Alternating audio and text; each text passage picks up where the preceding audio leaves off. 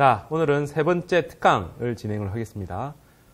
지금 영역을 한 9가지 영역으로 나눠놨고요. 공부를 시작하는 단계, 마음을 먹는 단계부터 해서 공부하는, 준비하는 단계, 어떻게 내가 공부할 거냐, 어디서 공부할 거냐, 하루 스케줄을 어떻게 잡을 거냐와 그 다음에 공부를 실제로 하는 단계, 그러면 수업을 선택을 해서 수업을 듣냐, 책을 선택해서 어떤 책을 볼 거냐, 그럼 수업 듣는 과정에서는 어떻게 할 거냐, 듣고 나서는 어떻게 할 거냐, 공부하는 과정.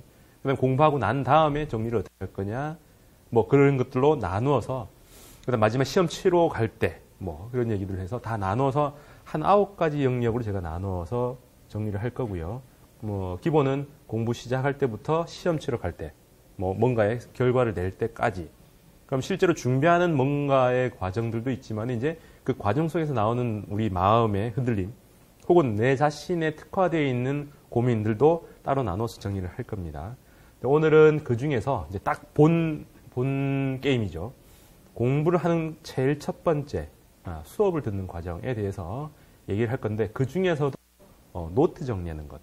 이게 상당히 많이 나오는데, 저도 노트 정리는 알차게 하는 스타일은 아닙니다만, 제가 시험을 잘 쳤을 때를 잘 보면은 노트 정리가 잘 됐을 때 시험 잘 쳐요. 노트 정리를 잘했다라는 거는 내가 내용을 잘 장악했다라는 얘기하고 똑같은 것 같습니다. 그래서 노트를 어떻게 정리해 나가는 게 좋을까? 좀 다양한, 그렇게 많지는 않은데 한 서너 가지 정도만 오늘 정리를 했는데, 다양한 노트 정리법을 좀 보면서 자기는 어떻게 하고 있는지 한번 반성해 볼 필요가 있을 것 같습니다. 그리고 다음에는 지금 시간을 확실히 잡지 않았지만, 다음에는 공부하는 자리 선택이나 그 다음에 자기 공부하는 스케줄 잡는 법, 이런 것들도 따로 강의를 하겠습니다. 그리고 계속 얘기하지만 공부하면서 자기가 겪는 고민들, 이게 잘하고 있는지 모르겠다. 다 겪고 있는 거예요. 근데 전부 다 개인화되어 있다고 생각해서 그냥 넘어가는데, 그걸 조금만 끄집어내고 저한테 물어보시면 제가 많은 사람들의 얘기를 종합해서 그 사람한테 맞는 특화되어 있는 솔루션을 제공해 드릴 겁니다. 특별 대우 해드릴 테니까 나중에 한번 연락하세요. 자, 오늘은 수업 듣는 법 중에서 노트 정리하는 법으로 넘어갑니다. 이 얘기는 저번에 첫 번째 강의에서 했던 기억법하고 좀 연결시켜서 볼 필요가 있습니다. 수업하면은 정말 그냥 아무 생각 없이 그냥 수업을 공부한다고 해서 수업 들어가는 사람들이 있는데, 수업하면서 내가 공부한다는 게 어떤 의미인가 조금 더 원론적으로 보고 나서 그 다음에 갈 필요가 있어요. 어째 보면 이런 생각은 제가 모든 걸 좀 판에 두고 전략적 사고를 하는 게 조금 익숙해져서 그럴 수도 있는데, 설명하는 방법이 물리적인 체계이기도 합니다. 저 위에서부터 차근차근 정리해서 현상에 들어가는 그런 형태인 거죠. 그래서 저번에 공부란 이렇게 정리했었죠. 공부란 무슨 정보를 처리하는 과정이다라는 거죠. 실제로 그렇죠. 몸으로 하는 게 아니니까. 몸으로 하는 공부일 수도 있지만, 기본적으로 모든 것은 몸을 도구로 해서 머리로 가든가, 그냥 계속 정보만 눈으로 받아들이든가, 여튼 정보를 처리하는 과정입니다. 그렇다면 4단계로 가야 되죠.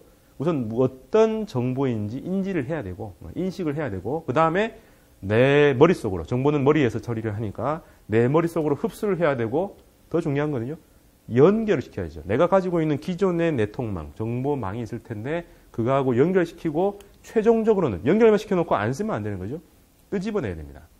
그래서 이 4가지 단계로, 제가 제안을 하는 거지만, 이 4가지 단계로 공부하는 걸 좀 구분을 해보면 공부를 어떻게 하는 게 효율적인가, 그게 명확히 나오겠죠.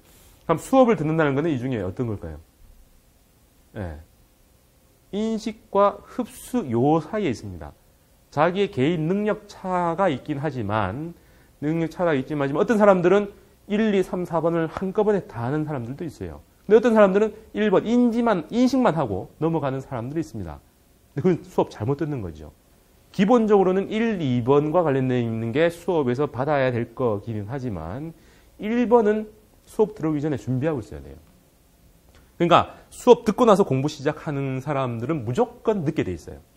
그럼 자기 능력이 그만큼 안 돼서 1번밖에 할 수 없어요 라고 할 수 있지만, 미리 들을 수 있는 겁니다. 책을 보거나, 혹은 자기가 그 수업에 대해서 조금이라도 더 알아보려고 노력한다면 조금은 더 되죠. 우선 수업을 아무런 생각 없이 그냥 오는 게 아니라 자기가 뭔가 선택을 해서 들어왔기 때문에 1번 단계는 지나가야 수업 시간에 하는 얘기들을 알아들을 수가 있습니다. 이걸 좀 다른 각도에서 정리를 하면, 다른 각도가 아니고 우선은 요걸 이미지로 나타내면 저번에 본 대로 이런 겁니다. 네트워크 이론의 가장 기본이 점점점 노드라고 그러죠. 그 안에는 컨텐츠가 채워져 있을 겁니다. 그럼 그것만 있어가지고는 절대 네트워크, 이 정보들이 모이질 않아요. 어떻게요? 네, 선으로.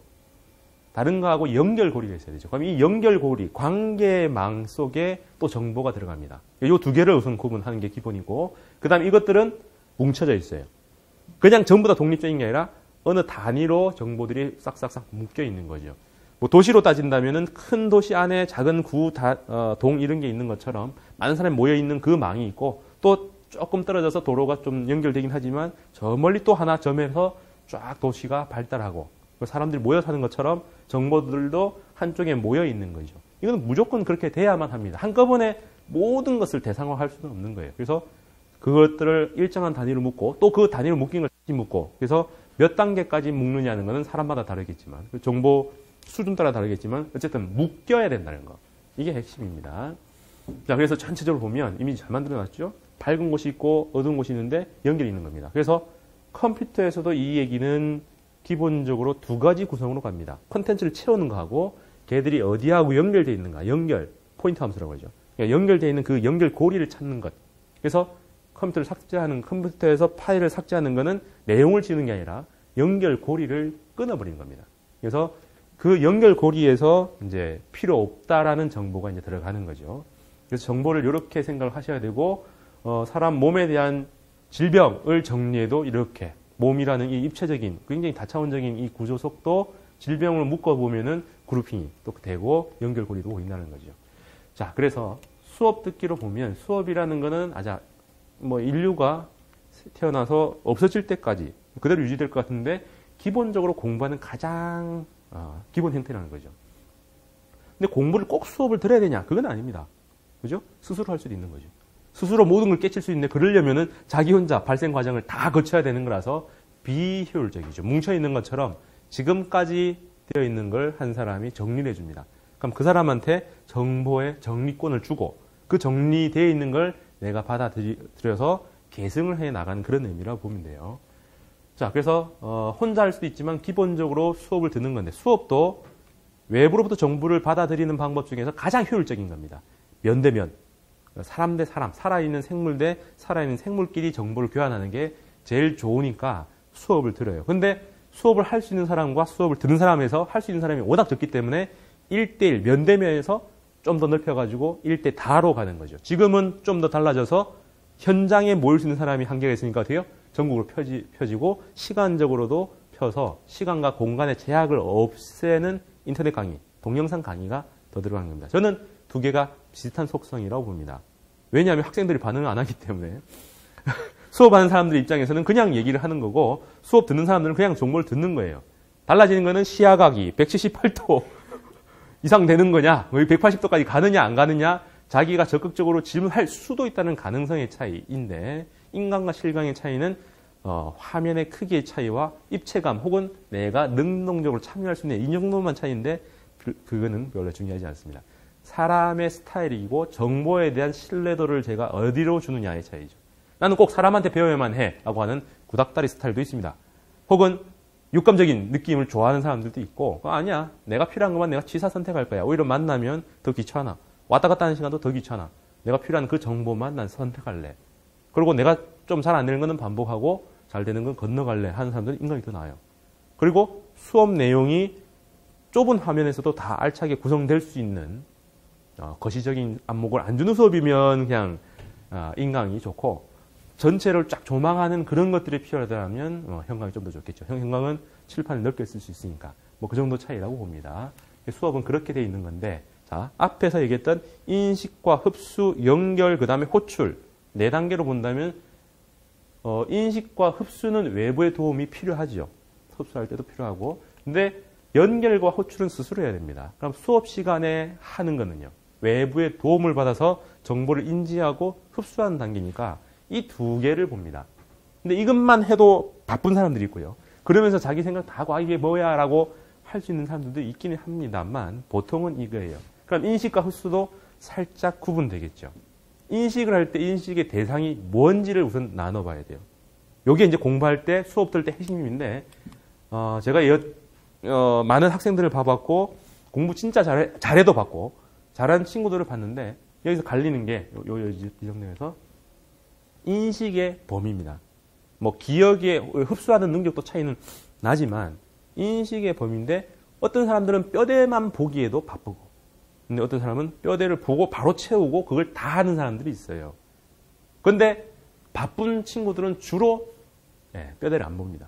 뼈대를 안 보고 구조를 안 보고 그냥 내용만 막 급급해요. 그래서 아까 정보들이 묶여 있고 그 사이에 연결 지어져 있어야 되는데 그런 거 없이 그냥 모든 정보들은 동등하게 나는 호혜 평등주의자야 라고 하면서 모든 정보는 다 똑같이 다 보는 거죠. 이게 구조인지 위의 층인지 아래 층인지 용어를 설명하는 건지 추론을 하는 건지 뭐 아무 성취 없이 그냥 흡수만 봅니다. 그래서 수업을 흡수하는 능력을 키우는 혹은 인지를 하더라도 그냥 내가 뭘 먹어야 되지 이 정도 수준에서 그냥 막 주는 것만 받는 그 정도 수준에서 끝난다는 거죠. 공부를 못하는 사람하고 어찌 보면 잘하는 사람의 결정력 차이는 정보를 받아들이면서 갈라요. 착착착 가지치를 하고 바로바로 받으면서 정리합니다. 예를 들면 만약에 어떤 짐을 배송을 할 때 짐을 트럭에다 실어야 돼요. 아무 정신없는 사람들은 이게 짐이 얼마짜리인지 구멍 어떻게 되는지를 모르고 그냥 막 집어넣습니다. 그러면 빈 공간이 너무 많고 이게 막 쌓이고 움직일 때마다 덜컹덜컹 할 거예요. 그런데 공부를 잘하는 사람이라면 우선 차 크기를 보고 짐의 크기를 눈대중을 합니다. 대략. 그리고 더 똑똑한 사람이면 이 짐도 한꺼번에 내리는지 순차적으로 내리는지를 보지요. 그래서 넣을 때 테트리스 쌓는 것처럼 착착착착착착 쌓았죠. 캠핑을 많이 하는 사람들이 이 능력을 많이 발전시킬 겁니다. 그래서 그런 걸 많이 하다 보면 테트리스를 많이 하다 보면 캠핑을 많이 하다 보면 그 능력이 발달을 할 건데 수업도 마찬가지라는 거죠. 이거는 어디쯤에 들어갔어야 되고 이건 어디 가야 된다. 받아들이면서 정리를 하는 거죠. 이삿짐하고 똑같은 구조라고 봅니다. 근데 많은 사람들이 그런 구조를 안 보고 그냥 무조건 정보를 인지하고 수업 시간에 하는 얘기만 받아 적으려고 하는 게 많은데 수업을 한 방에 이해하는 사람 거의 없어요. 나 같은 사람이 별로 없다는 거죠. 그래서 없기 때문에 자기가 잘 생각을 해야 돼요. 그리고 그러면 내가 수업 시간에 공부 잘하는 똑똑한 사람들하고 똑같은 일을 할 수 있으려면 준비를 해야 됩니다. 그래서 예습을 좀 더 효율적으로 하는 게 필요해요. 자, 여튼 이렇게 돼 있다. 그렇다면 새로운 이론, 지식, 정보를 받아들이는 단계로 한번 가보면 기본 단계는 이렇게 돼 있어요. 아까 방금 얘기한 대로 기본 구조, 뼈대 혹은 목차 구조죠. 책으로 가면 딱 목차입니다. 그래서 목차를 기본적으로 어느 정도 파악을 해야 돼요. 큰 단원이 어떻게 구성되어 있고 작은 단원들이 어떻게 구성되어 있고 그 안에 세부 내용들이 어떻게 되어 있는가 모든 책의 제일 머리에 들어갑니다. 그 형식은 책이라는 게 만들어지고부터 지금까지 그대로 다 유지돼요. 왜요? 그게 가장 효율적인 거니까. 이 책의 구조를 먼저 얘기하지 않고 책의 내용을 설명한다? 바보라는 얘기입니다. 거꾸로 책을 읽고 공부하는 사람 입장에서 목차를 모르고 공부한다? 바보라는 얘기예요. 다음에 어차피 다시 목차를 보게 될 텐데 그럼 그 전까지는 날리는 시간인 겁니다. 무슨 말이겠어요? 그럼 목차를 어느 정도 인지하게 되려면은 내가 뭔가 또 공부를 해야 되는 거 아니에요? 맞죠. 근데 목차를 만든다고 생각할 때와 목차라는 개념이 없이 공부할 때는 무조건 달라지죠. 그래서 목차를 무조건 잘 장악해라. 그래서 모든 학습서에 보면은 목차와 컨텐츠 구조에 대한 설명이 무조건 앞에 들어가요. 그래서 이 목차를 잘 봐라. 또 거꾸로 얘기하면 나중에 내가 한 테마로 만들 건데 책이나 강좌를 잘 선택하는 방법 중에 목차 구조가 일목요연하고 합리적으로 되어 있는지를 보는 겁니다. 내가 조금만 공부해도 이 단원 구분이 이상한데 이렇게 되면 안 되는데 그 책은 공부하면 계속 머리가 아파요. 근데 딱 보면 우와 이게 착착착착착 뭔가 이게 가닥이 지어진다. 내용이 이렇게 구분되는 건 괜찮은데 혹은 내 눈에 딱 들어와 라고 하는 책은 공부하면 그냥 바로바로 흡수가 될 수 있습니다. 잘 아시겠어요? 그거를 경험을 한번 해보시면 목차를 보면서 과거를 한번 자기 보세요. 과거 봤던 책들 중에서 목차를 딱 보고 그 과목, 그 내용을 떠올렸을 때 잘 되느냐 안 되느냐 해보면 자기가 잘 학습한 것들은 목차 구조만 봐도 내용이 잘 들어와요. 그래서 이거를 잘 보는 사람 제가 봤을 때는 이거는 선택받은 몇몇 사람들만 봅니다. 그런데 모든 사람들 내용은 봐요. 내용은 주장창창 보는데 왜 정리가 안 되고 왜 빨리빨리 흡수가 안 되고 왜 내가 호출을 빨리 못할까? 그거는 목차 구조가 없어서 그래요. 어째 보면은 공부를 하고 기본적으로 정보를 정리하는 것은 목차 구조를 깔끔하게 자기 상황과 그 대상을 잘 파악해서 깔끔하게 정리하는 능력을 빨리 갖추는 것. 이게 제가 봤을 때는 학습 능력이라고 봅니다. 그럼 그 안에는 또 이게 살짝 달라요. 구성이 다른데. 용어가 있어요. 어느 나라든 언어가 있는 것처럼 사람이 살 때 지역마다 언어가 다른 것처럼 과목들마다 용어가 다릅니다. 그래서 전문 용어라는 게 그 안에 들어가 있죠. 그래서 용어를 또 정의를 하죠. 뭐 물리를 예를 들 수밖에 없을 건데 제가 얘기하면 다른 것도 할 수 있긴 하지만 물리에서 보면은 일이라는 것도 물리에서 쓰는 일과 일반적으로 일이 달라요. 물리에서 일은 뭐예요? 힘을 줘서 그 방향으로 움직인 거리를 곱하는 거죠. 시간 곱하면 또 안 돼요. 근데 우리 일상적으로는 생물학적 일하고도 비슷하죠. 어떻게? 네. 젖산이 얼마나 누적되었느냐. 그래서 팔이 얼마나 혹은 일을 한 그 부위가 얼마나 뻐근하고 피로도가 쌓였느냐를 봅니다. 근데 사회학적으로는요. 네, 시간입니다. 얼마나 시간을 썼느냐. 일을 하는데 얼마나 시간을 썼느냐 정도죠. 혹은 좀 더 합리적으로 하면 시간 곱하기 회복 시간까지 갑니다.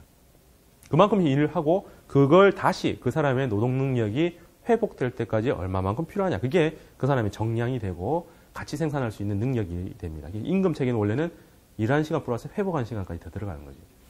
여튼 그 기본 용어를 자기가 정확하게 아느냐에서부터 출발해요. 어차피 언어로 구성되어 있는 거니까. 그럼 그 기본 용어가 엄청나게 쏟아지는 거는요. 완전히 새로운 영역을 구성하는 거죠. 의학, 생물학. 새로운 생물 나오면 그거 알아야 되잖아요. 부위를 새로 명명했으면 그건 알아야 됩니다. 그거는 완전히 생뚱맞게 결정이 될 수도 있으니까 그 용어를 익히는 방법. 이거는 살면서 트레이닝을 해야 돼요. 예를 들면 사람 얼굴과 이름을 매칭시키는 법. 이 사람이 이 이름이라는 거는 아무 이유가 없어요. 근데 어떤 사람은 이름을 잘 외우고 어떤 사람은 이름을 잘 못 외워요. 그러니까 사람한테 관심이 없을 수도 있지만 있다고 할 때 이름 매칭하는 것들이 아무 의미 없는 두 개를 연결시켜서 이거는 딱 받아들여야 돼. 이거는 선험적인 거하고 똑같습니다. 이걸 구분해야 되고 그 다음은 얻은 정보를 엮어내는 거죠. 그걸 어떻게 엮어야 되느냐 해서 엮는 방법도 다 다르죠. 같은 매듭이라도 뭐 십자 매듭도 있고 무슨 매듭, 나비 매듭 이렇게 있는 것처럼 어부들이 쓰는 매듭, 뭐 경찰관들이 쓰는 매듭 다 다릅니다. 그럼 매듭 묶는 방법 따라서 똑같은 재질이지만 다른 덩어리가 나온 거죠. 그래서 추론 능력이라는 것들은 어느 학문에서 트레이닝 받았냐에 따라서 추론하는 방법과 능력이 달라요. 물리적 추론과 생물적 추론은 완전히 극과 극이죠. 서로 만나면 합의가 안 돼. 이게 과학이야 하면 택도 없는 소리 하면 서로 얘기를 서로 심습니다. 물리철학자하고 생물학 철학자 만나면 합의가 절대 안 돼요. 다만 그냥 공부 열심히 해야 돼. 맞아. 이 정도 수준에서만 그냥 만들어지는데 이 두 개를 구분해 가면서 뼈대와 한마디로 목차 구조와 내용을 차곡차곡 구분해 나가는 것. 이게 핵심이죠. 그럼 내용이라는 건요. 예, 정리 잘 되면 잘 될수록 대부분은 목차로 올라갑니다.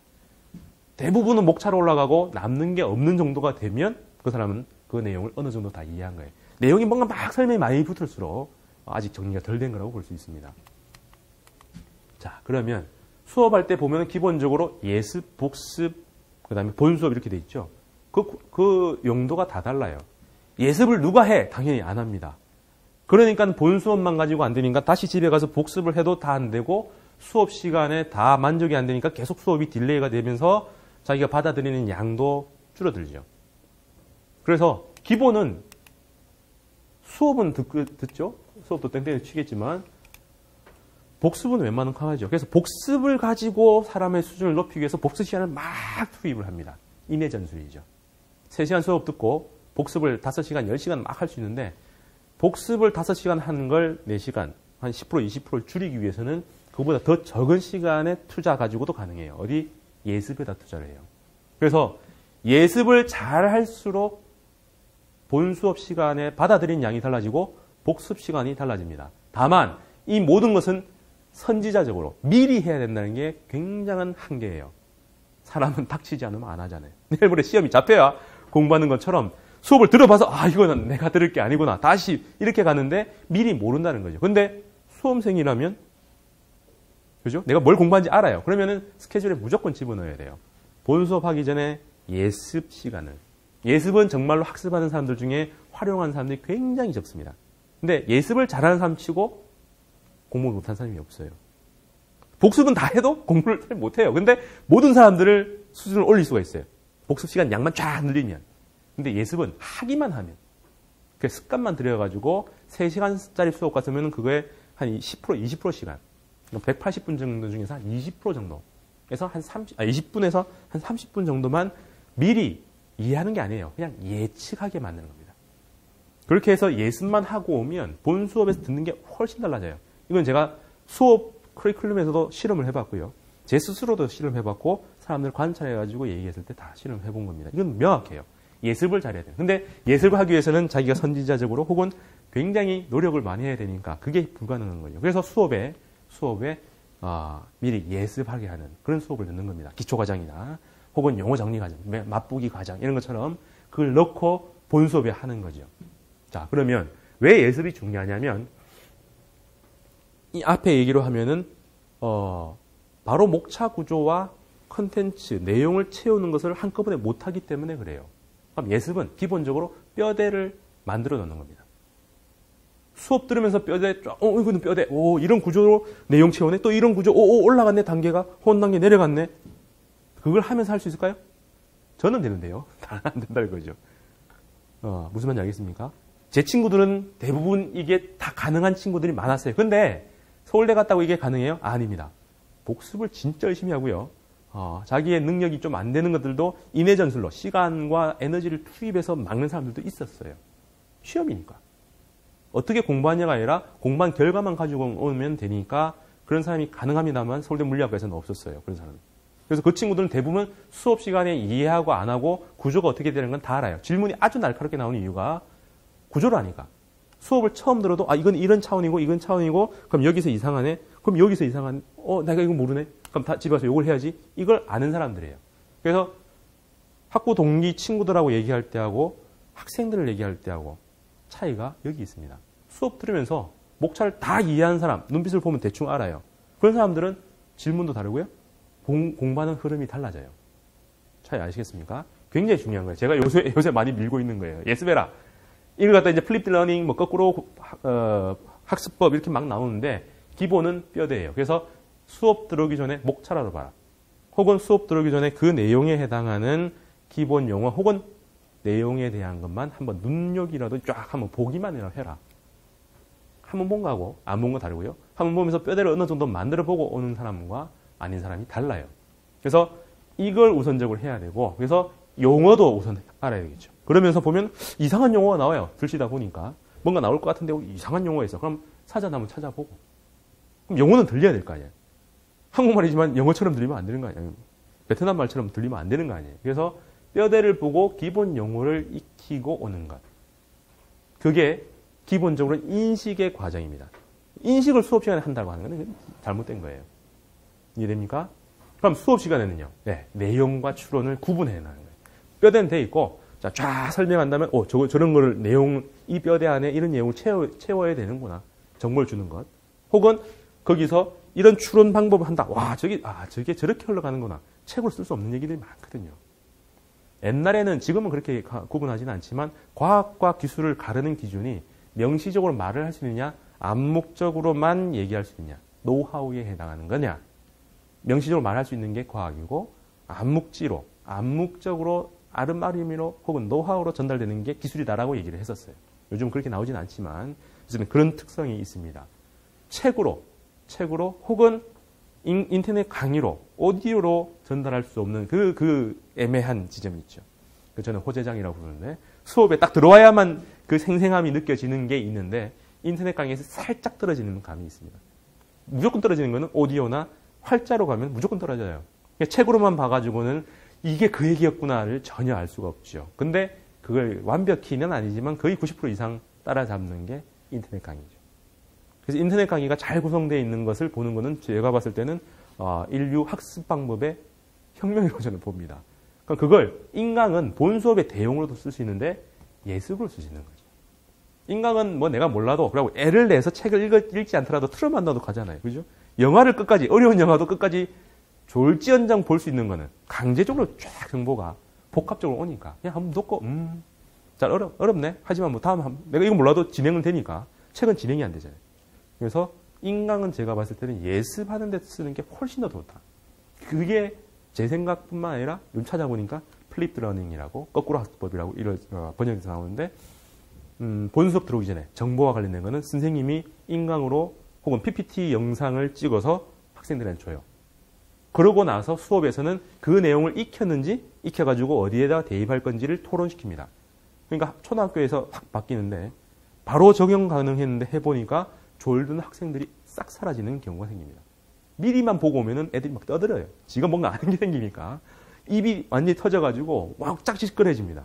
한 번만 되면은 이게 굴러가는데 집에서 안 보고 온다는 게 제일 문제라고 해요. 이게 우리나라는 지금 한 2, 3년 됐고 EBS에도 이 방법을 많이 합니다. 저는 이거는 무조건 공부 잘하는 방법으로 추천하는 방법이에요. 20분만 투자하세요. 그러면 복습하는 1시간이 거의 줄 정도라고 봅니다. 제가 봤을 때는. 수업 시간에 재미도 달라져요. 이래죠?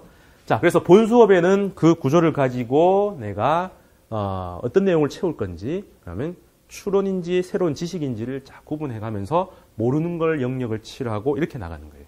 그래서 필기도 달라집니다. 뭐 복습이야 당연히 모든 거의 종합이죠. 그래서 흡수 연결이죠. 그래서 이 단계를 보면 처음에 인식 흡수가 연결되고 그다음 임시 연결까지 가는 게 본 수업이고 마지막 호출은 당연히 혼자 해야 돼요. 그래서 복습 안 하고 시험 잘 친다. 그거는 거의 없습니다. 수업만 듣고 시험 잘 쳐요? 택도 없는 소리예요. 자, 그러면 노트는 기본 정의는 소리예요. 다양한 형태의 정보. 내 머릿속에서 흘러간 생각이 노트는 아니죠. 생각은 그 언어화되기 이전 단계의 느낌입니다. 그걸 텍스트로, 이미지로 옮겨 넣는 거예요.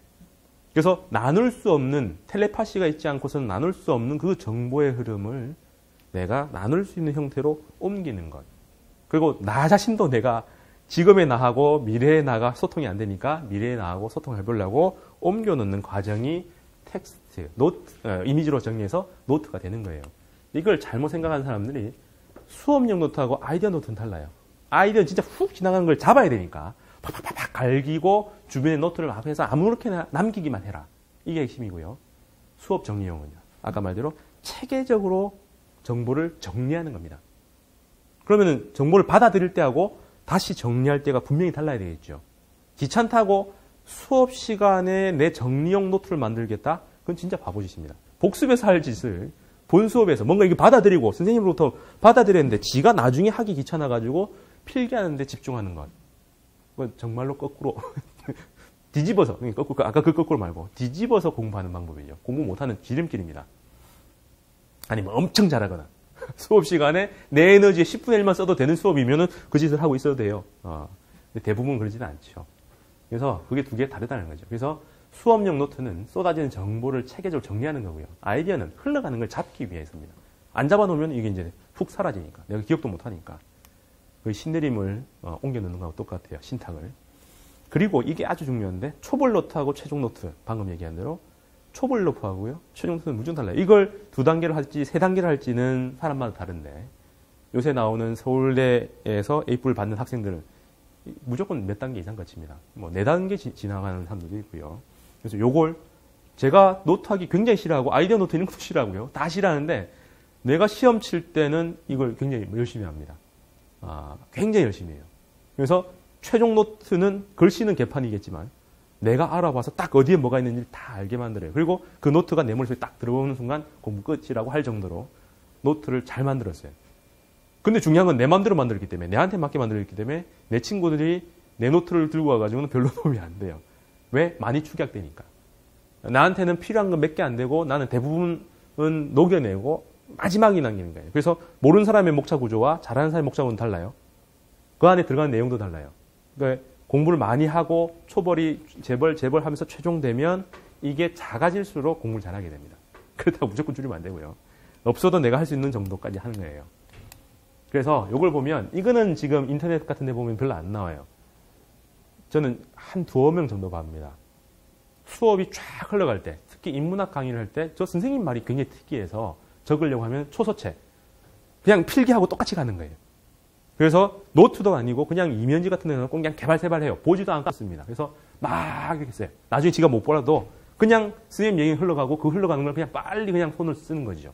요즘 발달해가지고 이걸 뭐 속기록 타이핑 혹은 타자 엄청나게 불타는 타작이 돼가지고 말보다 더 빠르게 촉촉촉촉 하면 되는데 그게 아니면은 그냥 연필 가지고 갈기듯이 써야 돼요. 이걸 너무 정성 들이는 사람이 너무 많아요. 제가 수업하다 보면. 그래서 수업할 때 필기점 하지 마세요를 내가 수업 시간에 엄청나게 많이 얘기합니다. 왜? 필기한 사람 치고 그렇게 공부 열심히 잘하는 사람 별로 없어요. 집에 가서 할 일을 왜 여기서 하는지 난 이해가 안 됩니다. 그래서 거꾸로 가는 건데 수업 시간 하려면 초서체로 해라. 확! 혹은 타이핑 팍 써라. 근데 그건 굉장히 민폐입니다. 왜요? 다다다닥 한 소리가 수업에 방해가 되죠. 다른 사람한테. 그래서 그냥 이면지에다 두고 그냥 막 갈겨요. 초서가 나온 게 뭐예요? 그 어려운 한자를 말하는 거하고 거의 똑같이 쓰려고 만든 거예요. 웬만한 획수를 다 집어넣어서 다 줄여가지고 몇 가지 흐름으로 다 알 수 있게 한 게 초서거든요. 한글은 훨씬 더 빨라요. 그 다음에 마인드맵형이 있죠. 이거는 제가 수업에 많이 얘기해 주는 거고, 기본은 아까 정보 형태 똑같아요. 기본 노드, 정보가 담겨 있는 그거하고 연결망을 입체로 구성한 거죠. 그래서 텍스트를 가지고 이미지화 시킬 수 있는 아주 탁월한 방법입니다. 마인드맵. 그래서 저는 많이 쓰죠. 이 마인드맵의 형태가 방사선인지 뭐 물고기 모양인지는 뭐 여러 가지 버전이 있지만, 기본적으로 마인드맵 형태로 개념들을 구성하다 보면 머릿속에 개념들이 쫙 짜요. 추상화되어 있는 개념을 옮길 수 있는, 제가 봤을 땐 강력한 방법입니다. 그래서 이 마인드맵이 어떻게 생겼는지를 좀 더 보실 건데, 어쨌든 그걸 조금 연구해 볼 필요가 있어요. 공부하시는 분들은. 그 다음에 굉장히 특이한데, 이것도 왜 만드는지 잘 모르겠지만 코넬 대학에서 개발한 게 있어요. 요게 대부분의 잘 짜여져 있는 학습지가 이렇게 구성됩니다. 뭐냐면 이런 거예요. 보이는지 모르겠네요. 제일 위에는 뭐 타이틀과 날짜, 해서 기본 데이터들이 들어가고요.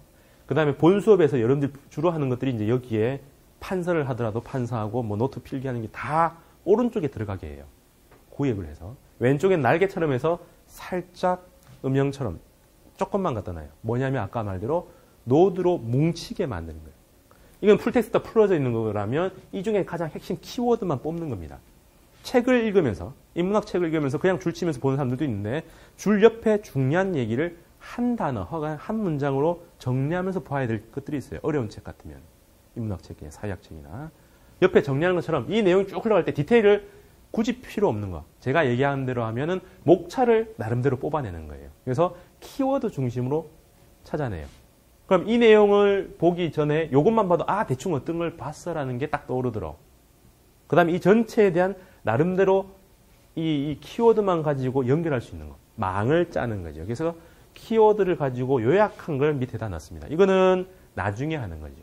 처음에 필기하면서 계속 키워드를 뽑아내고 끝나면서 이런 내용으로 이 수업은 진행되었어 라고 정리하는 겁니다.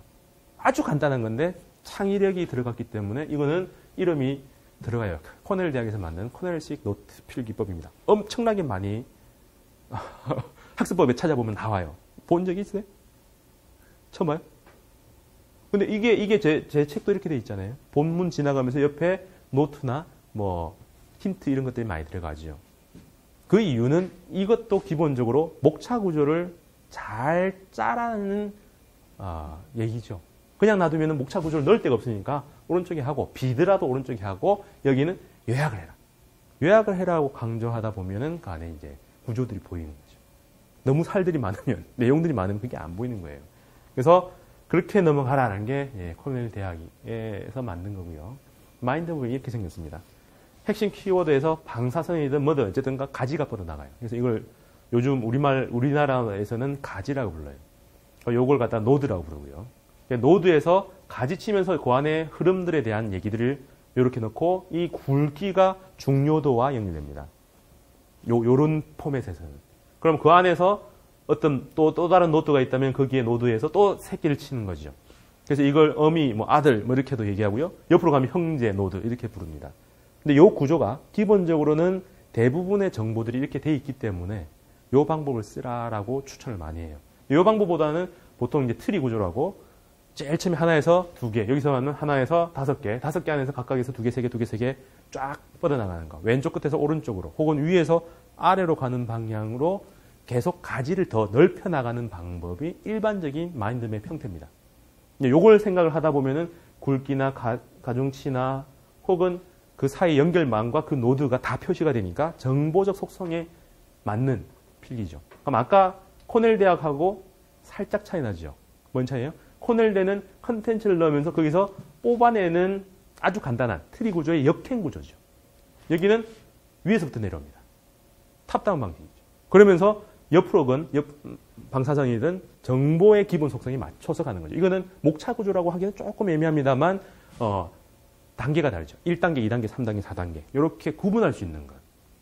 그리고 텍스트를 이미지화 시키죠. 이렇게 놔두면은 텍스트로만 구성되어 있는데 왠지 이미지잖아요. 왼쪽에 오른쪽에 뭐 어떻게. 그래서 이걸 가지고 제가 만든 게 개념 추론 조감도라는 겁니다.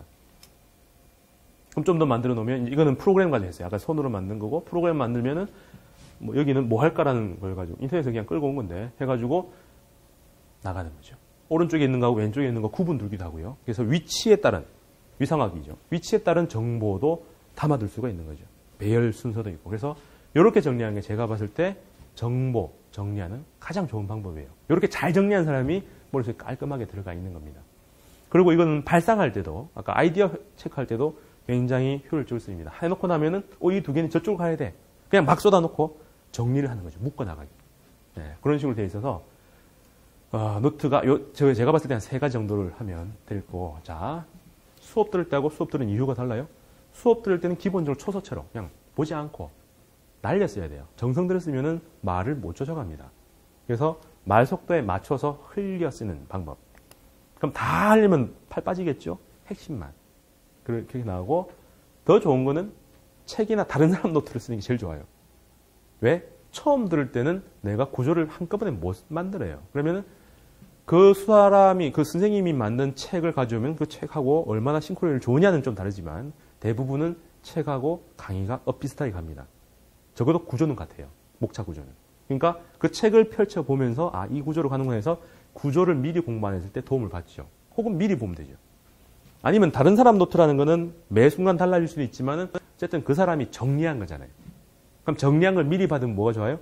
내가 그 틀에 갇혀? 갇힐 수만 있으면 갇혀주죠. 예, 더 중요한 건 미리 예측을 해야 되죠. 정리하면 이렇게 되겠구나. 이게 가장 효율적인 값다라는 게 됩니다. 보면 딱 알잖아요. 깔끔하게 정리된 거. 그걸 가지고 봐요. 그럼 여기에 없는 얘기들만 초서체로 쓰면 돼요. 요건 없는데? 내가 봤을 때 이런 거 없었는데? 해가지고 드렉 대충 해놓고 나중에 합치면 되는 거죠. 나는 이렇게 할 거예요. 내가 이제 수험생이 되면 무조건 판서를 촬영합니다. 왜? 이걸 뺏겨 넣는 것보단 판서하는 걸 옮겨 넣는 게 낫죠. 그러면 초서는 말로 했던 것 중에서 판서가 안 된 중요한 것들만 쓰면 돼요. 선생님이 말로만 막 하고 지나는데 저 중요한 것 같은데 하면 요쯤에 뭐 했음 이라고 간단한 메모를 남기면서 초서체로 빡 쓰면 돼요. 그리고 더 중요한 거는 어차피 음성 음노가 같이 있어야 되니까 영상이라는 거는 오디오에서 비디오 넘어가야 되는데 필기만 해가지고는 이미지만 있는 거죠. 그래서 오디오를 딱 집어넣어서 동영상화, 내가 할 수 있는 동영상화를 시키는 거죠. 내가 봤을 때는 테크놀로지가 변했는데 왜 사람들이 안 따라가는지 잘 모르겠습니다. 여튼 이렇게 하고 간단한 메모를 해놓고 메모에는요 시간 기록을 해야 돼요. 제일 좋은 거는 어차피 한 줄로 쫙 가는 유일한 정보는 시간입니다. 그래서 수업 시작하자 몇 분쯤에 이쯤 왔으라고 해놓으면 어디에 뭐가 있는지 다 알거든요. 그리고 메모도 녹음을 하고 있기 때문에 몇 분쯤이라고 하면은 그 지점을 찾아가기가 굉장히 쉽죠. 안 그러면 뭐 계속 앞으로 돌리기 뒤로 돌리기 계속 해야 돼요. 그래서 시간, 자기가 뭔가의 이벤트를 발생했던 그 시간을 두면서 촬영하면서 초서체로 쫙 갈겨가면서 보기. 그리고 예습으로 혹은 본 수업에서 참고해가면서 그 선생님의 책이나 다른 사람의 노트를 병행하면서 보기 하면은 예측이 되고 구조화가 딱 돼 있는 상태에서 정보가 들어와요. 그럼 내가 고민 안 해도 어느 정도는 구조가 만들어지면서 그 내용이 들어오는 거죠. 그럼 이거는 공부를 못하는 사람이라도 자기 그렇게 안 해봤던 사람이라도 여러 사람의 노력을 가지고 그리고 테크놀로지를 활용해서 공부를 하기 때문에 그 순간에 정보 판단력이 훨씬 더 발달합니다. 그래서 이렇게 해서 자기 능력을 키워놓으면 나중에는 자기의 공부 능력이 올라갔으니까 공부하면 또 달라지겠죠. 그때는 다른 사람 도움이 없어도 될 수도 있어요. 저 같은 사람은 그냥 이제 다른 수업 들을 때는 그냥 크게 노트를 안 해요. 하기도 귀찮아하고 굳이 안 해도 대충은 중요한 건 다 알겠으니까. 근데 뭔가 중요한 게 나온다면 이제 아이폰 꺼내가지고 핸드폰 꺼내가지고 거기다 메모하는 거죠. 혹은 그때 녹음을 하는 거죠. 뭐라 하고 끊고 나중에 집에 가서 노트를 하는 겁니다. 그래서 요게 핵심이고요.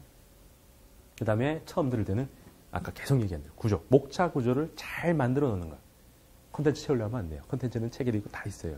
그래서 구조를 잘 만들어라. 이게 핵심이고. 근데 집에 가서요. 저는 여기까지는 거의 필기 안 하는 스타일이고요. 요 다음은 많이 합니다. 초벌. 초벌일 때는 구조 중심으로 내용을 채우는데 이제 급급하다면 보통은 이제 마인드맵이나 코넬대 뭐 이걸 둘 다 병행이기도 합니다. 마인드맵을 그 순간에 막 그리기도 해요. 이준쌤 같으면 저번에 생물 나왔던 이준쌤 같으면은 말하면서 이걸 막 해요. 말하면서 자기 얘기를 막 이렇게 마인드맵 형태로 혹은 이게 구조로 이렇게 계속 목차 구조를 하면서 막 써요. 그게 습관이 돼 있는 거죠. 그래서 자기가 잘하는 게 난 수업하면서 거의 다 끝낸다. 혼자 공부 안 한다. 그래서 내가 뻥치지 마라 해서 그때 계산했죠. 해봤더니 공부도 많이 해요. 자기는 인지하기를 이미 수업 들으면서 다 안다는 거죠. 뭐요? 목차 구조가 다다다다 들어온다는 거예요. 틀릴지언정. 그래서 말하면서 계속 그 목차 구조를 인지하기 위해서 필기를 해요. 말하면서도. 학생들을 설명하면서 그러는데 저하고 얘기하면서도 이렇게 필기를 해요. 그리고 뭐 조학년 회원도 마찬가지로. 그래서 이게 습관이 되어 있는 사람들은 계속 말도 그렇게 체계적으로 막 틀이 구조를 만들어가면서 그렇게 말합니다. 그리고요, 아주 중요한 건데요. 암기와 기억을 구분합니다. 암기는 정말로 맥락 없이 외워야 될 거. 저거는 외워야 돼. 아니면 별 도리가 없으니까요. 기억은 맥락 가지고 그 흐름에서 추론 가지고 할 수 있거든요. 그래서 머리의 부하를 줄이는 방법, 최소화시키는 것. 암기해야 될 걸 최소화시키고 암기 안 하고 기억으로 그냥 다른 거하고의 연결, 네트워크망을 잘 활용하면 될 것들은 그냥 그렇게 두는 거예요. 그래서 이거 외워야 될 거, 이건 아니야. 이거 외워야 될 거, 이거 아니야. 이걸 계속 가지치기 하면서 갖다 놓는 거죠. 자리에. 그게 초벌할 때 하는 겁니다. 그래서 지식 정보 차원과 추론 차원을 잘 구분해라는 거예요. 그러면 수업 듣고 나서는요. 당연히 채워야 되죠. 구조 파악한 데다가 그 내용들을 하나씩 집어넣어요. 그럼 당연히 여기는 과목의 특성이나 개인 스타일에 따라 달라집니다. 물리 같은 수학 같은 경우는 위에서 쫙 내려가야 되고 수학은 더 세부적인 걸 알아야 되기 때문에 케이스 바이 케이스로 정리를 할 필요도 있죠. 문제 하나당 풀이하는 방법 자체가 특이해서 배우는 게 있으니까 그런 거에 맞추면은 한 바닥당 문제 하나씩 풀이 과정 중심으로 쓸 수도 있고요. 생물같이 막 그 흐름들이 막 컨텐츠 막 나온다면 이름 가지고 막 헤매면 안 돼요. 이 이름은 기본적으로 외워야 될 거기 때문에 용어들은 기본적으로 외워야 될 거기 때문에 그 메커니즘이나 그것들을 어떻게 엮어 쓰는지 그 맥락을 중심으로 해서 그루핑을 잘해야 돼요. 그런 걸 잘하는 것. 그다음 개인 스타일이 또 꼼꼼하게 하느냐 느슨하게 하느냐 혹은 뭐 별표부터 불가사리를 아주 좋아하시는 분들이 있고 그냥 색깔로 줄 치는 걸 좋아하는 사람들도 있고요. 뭐 종이도 가리죠. 저 같은 사람은 굉장히 큰 전지 이런 걸 갖다 놓고 하는 사람도 있고 아니면 그 노란색에 빨간 줄 그어져 있는 그 포스트잇 이런 걸 가지고 하는 사람들도 있고요. 여러 사람이 있습니다. 그리고 깨알같이 적는 사람들도 있어요. 정말. 무조건 맨 마지막에 한 장만 들고 들어가야 돼.